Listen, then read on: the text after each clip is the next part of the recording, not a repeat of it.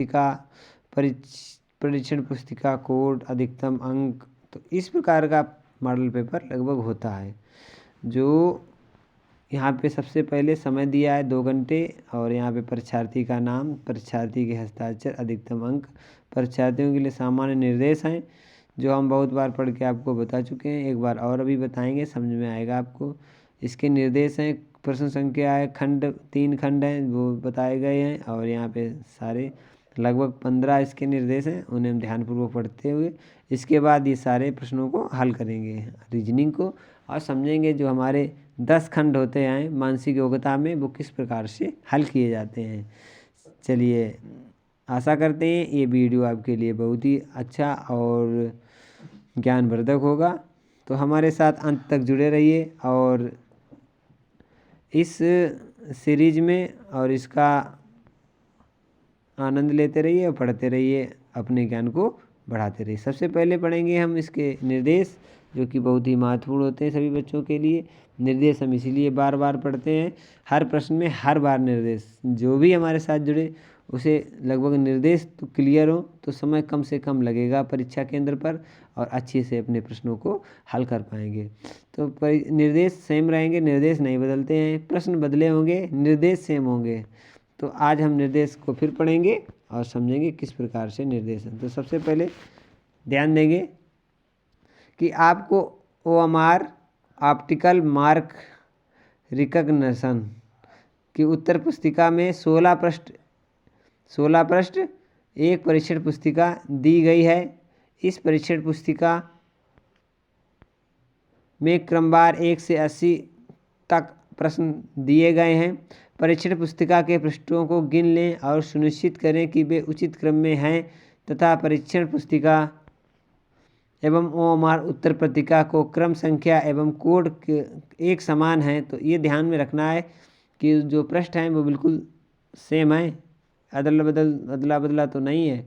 गलती हो जाती है कभी कभी लगाने में, वहाँ पेस्ट करने पे, तो इस चीज़ को ध्यान में रखना है। और OMR उत्तर पुस्तिका और अपने जो प्रश्न संख्या का जो कोड हो वो भी देख लो, जो यह कोड ऊपर लिखा होता है ये वाला N, वो सेम होना चाहिए, तभी तो आप आंसर देंगे। पता लगा आंसर आपने दूसरा लिखा, उत्तर वहाँ पे दूसरा है, प्रश्न पत्र दूसरा है, उत्तर OMR शीट दूसरी है, तो गलत हो जाएगा। तो ये थोड़ा ध्यान देना होगा। तो इस चीज़ों को बहुत, कोड को देखना है, कोड को अपने समझना है कि कौन सा कोड हमारे लिए इस उत्तर पुस्तिका और प्रश्न के बराबर होना चाहिए। तो यदि परीक्षण पुस्तिका एवं OMR उत्तर पत्रिका में बेमेल, त्रुटि, विसंगत हो तो अपने निरीक्षक को वापस करके उसके स्थान पर सही परीक्षण पुस्तिका एवं OMR उत्तर पुस्तिका लें। तो ये सुनिश्चित करें कि सही है तो कोई बात नहीं, सही नहीं है तो जो वहाँ पे आपके अध्यापक होंगे उनसे आप आग्रह करेंगे कि यह सही नहीं है, तो सही वाली पुस्तिका, उत्तर पुस्तिका, प्रश्न पुस्तिका जो भी हो वो सही से लेंगे और फिर अपने प्रश्नों को हल करेंगे। निम्नांकित उदाहरण के अनुसार उत्तर केवल OMR उत्तर पुस्तिका में ही देना होगा और कहीं नहीं OMR उत्तर पुस्तिका में देना हो। परीक्षार्थियों को OMR उत्तर पत्रिका में उचित स्थान पर अपने उत्तर को दर्शाने होंगे। तो ये तो ध्यान वाली देने वाली चीज़ है। OMR उत्तर पत्रिका के पृष्ठ संख्या 1 पर दिए गए निर्देश के अनुसार प्रत्येक प्रश्न के लिए केवल एक उत्तर ही सही होगा। तो प्रत्येक प्रश्न के 4 संभावित उत्तर दिए गए, इसमें से केवल एक उत्तर सही है। परीक्षार्थियों को सही उत्तर चुनकर अपने उत्तर पुस्तिका के संगत वाले वृत्त को काला करना होगा। उदाहरण, यदि वृत्त संख्या 37 के लिए उत्तर C है तो C के अंतर्गत वृत्त को ठीक वैसा ही काला करें जैसे नीचे दर्शाया गया। तो ये दर्शाया गया है, तो इस तरीके से आप अपने प्रश्न का सही उत्तर दे सकते हैं कि अगर 37वें का C ऑप्शन सही है तो C वाले वृत्त को इस प्रकार काला करते हैं हम। तो ये महत्वपूर्ण जानकारी है, ये कोई बकवास नहीं है और महत्वपूर्ण जानकारी है। इसे सभी लोग ध्यान से पढ़ेंगे तब आपको परीक्षा केंद्र में कम से कम समय लगेगा, कम से कम समय में अच्छी तरीके से आपकी तैयारी हो जाएगी। उत्तर पत्रिका में लिखने के लिए केवल नीले काले बॉल पॉइंट का उपयोग करें। परीक्षार्थियों को अपना बॉल पॉइंट पेन लाना होगा और पेंसिल का उपयोग वर्जित है। तो पेंसिल का उपयोग बिल्कुल कतई नहीं कर सकते, पेंसिल वाले प्रश्न आपके गलत हो जाएंगे। तो पेंसिल तो ले ही नहीं जाना है परीक्षा केंद्र पर, पेंसिल का तो बातें खत्म करो।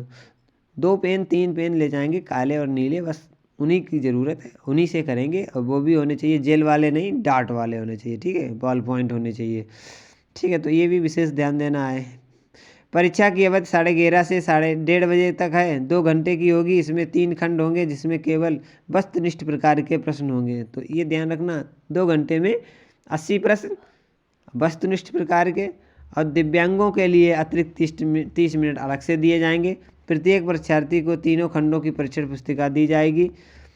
निम्न ब्यौरे के अनुसार 100 अंकों के 80 प्रश्न निर्देश से पढ़ने के लिए 15 मिनट अतिरिक्त समय दिया जाएगा। आपको सबसे पहले पेपर दिया जाएगा, फिर आपको उसे पढ़ेंगे, समझेंगे, और इसके बाद उत्तर पुस्तिका दी जाएगी। समय रहते हुए आप इन सबको पढ़ लेंगे, और यहीं अगर इन्हें पढ़ लेंगे तो ज़्यादा अच्छा है, क्योंकि फिर समय कम से कम लगेगा और ज़्यादा से ज़्यादा जल्दी आप प्रश्नों को हल कर पाएंगे। क्योंकि मैथमेटिक्स है 20 प्रश्नों की, तो उसे भी थोड़ा समय ज़्यादा लगता है, लगभग 40 मिनट देने होते हैं, और 50 भी लग जाएँ। कभी कभी बड़े सवाल पूछ दिए जाते हैं, तो वो भी बहुत ज़रूरी हो जाता है।